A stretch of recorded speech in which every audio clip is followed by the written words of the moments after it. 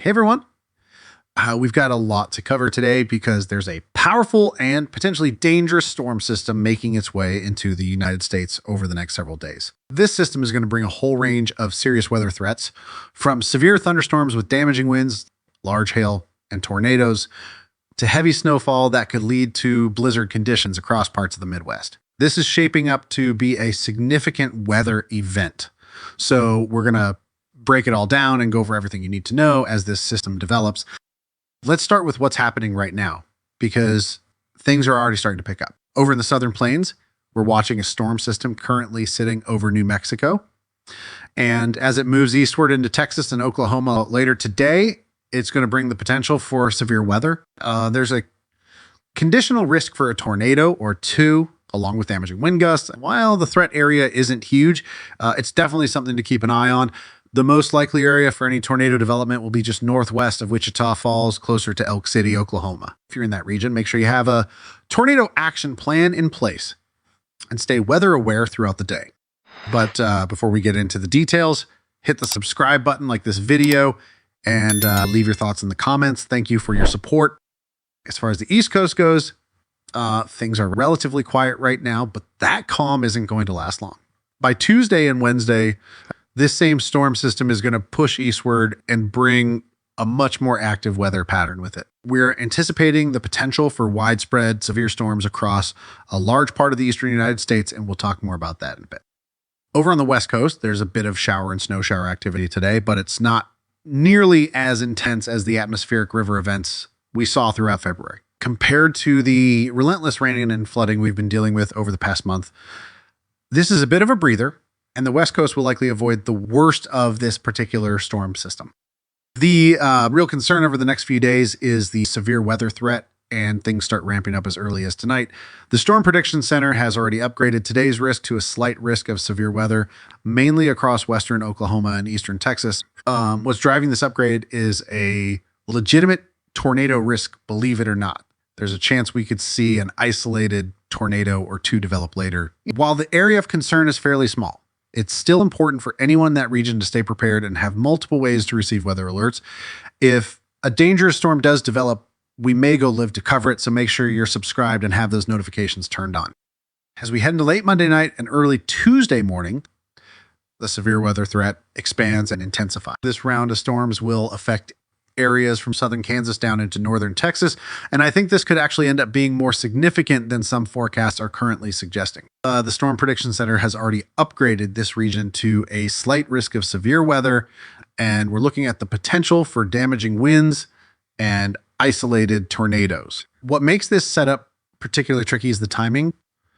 These storms are going to fire up very late at night, possibly after midnight, which means the instability will be limited. That said, the wind shear in this area is going to be off the charts, and that's one of the key ingredients for tornado development.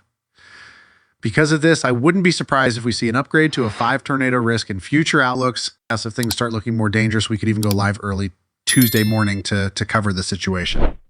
Tuesday is shaping up to be the most significant day for severe weather, and this is when things could really get dangerous. Right now, the greatest risk seems to be concentrated across parts of Arkansas, Mississippi, and Louisiana, where we're expecting the highest likelihood of damaging winds and tornadoes. The Storm Prediction Center has already issued an enhanced risk for this region, which tells you how serious this situation could become. That said, there's still a lot of uncertainty with this forecast. One of the things we've been watching closely is the amount of instability and moisture being pulled up from the Gulf of Mexico. Over the past couple of computer model runs, those ingredients haven't been looking quite as robust as they were a few days ago, and that's lowering our confidence a bit in just how intense this severe weather event will get. Even with those questions, though, this is still going to be a dangerous day of weather. The wind shear is more than sufficient for tornado development. And if we get even a little more instability than what's currently forecast, this could turn into a very serious situation.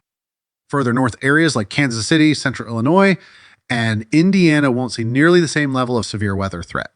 The moisture and instability just aren't there, which means the risk for tornadoes or damaging winds is pretty low in those areas. And that's some good news if you're in the central part of the country, but we'll still need to keep an eye on any last minute changes in the forecast. By Wednesday, the system pushes even farther east, bringing the final round of severe weather to areas from Florida and Georgia all the way up into New Jersey. The primary threat on Wednesday looks like it will be damaging winds with a chance for some hail, maybe a couple of tornadoes. I don't expect this day to be as intense as Tuesday, but it's still important to stay prepared. Make sure you have a tornado action plan in place and multiple ways to receive warnings, especially if you're in an area prone to severe weather. On top of all this, severe weather. We're also looking at a major winter storm developing across parts of the Midwest. This system is going to dump heavy snow across states like Minnesota, Wisconsin, Iowa, and parts of Kansas City, and blizzard conditions are definitely in play. We're talking about wind-driven snow, whiteout conditions, and the potential for over 6 inches of accumulation in some areas. This is an incredibly powerful low-pressure system, one of the strongest we've seen in March in quite some time. And it's going to create dangerous travel conditions across the upper Midwest. As the system moves eastward, we'll likely see lingering snowfall into parts of Michigan and the Upper Peninsula before things finally start to quiet down by Thursday. By Tuesday, this system will ramp up quickly, producing widespread precipitation and a rapidly strengthening cyclone right in the middle of the country. We could be looking at a pressure drop below 988 millibars, which would make this one of the most powerful March storms on record. And when a system gets this strong, every type of weather it brings becomes more dangerous. On the cold side of the storm, heavy snow and blizzard conditions will stretch from Colorado all the way to Wisconsin and Michigan's Upper Peninsula. We're not necessarily talking about massive snow totals, but the combination of snow and intense winds will create whiteout conditions. Gusts could hit 60 to 80 miles per hour near the Front Range and 30 to 50 mph farther north, making travel extremely dangerous and increasing the risk of widespread power outages.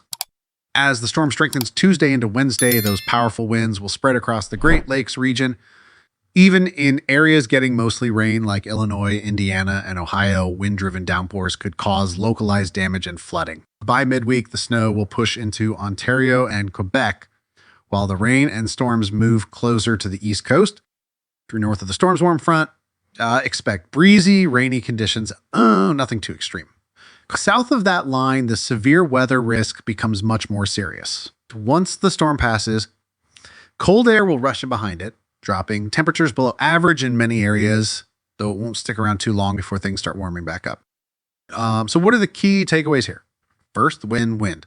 We're looking at widespread gusts of 30 mph or more across much of the central U.S., which means power outages and dangerous travel conditions are likely. The highest blizzard risk will be in parts of Nebraska and Colorado, where blizzard warnings are almost a sure thing. Even in areas with lighter snowfall, sometimes less than an inch, the strong winds will create dangerous whiteout conditions. As for snow totals, some parts of Iowa could see over 3 inches, while parts of southeast Minnesota and northern Wisconsin could pick up 6 inches or more. The upper peninsula of Michigan looks like it could get the most, with some spots getting over a foot of snow. The wind is going to be a major issue, especially on Tuesday. We're talking about the potential for hurricane-force wind gusts along the Front Range.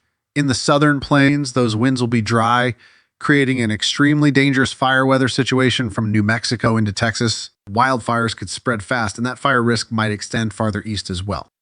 Yeah. On the other side of the storm, where Gulf moisture is surging in, heavy rain will lead to flooding concerns, especially in the mid-Mississippi River Valley.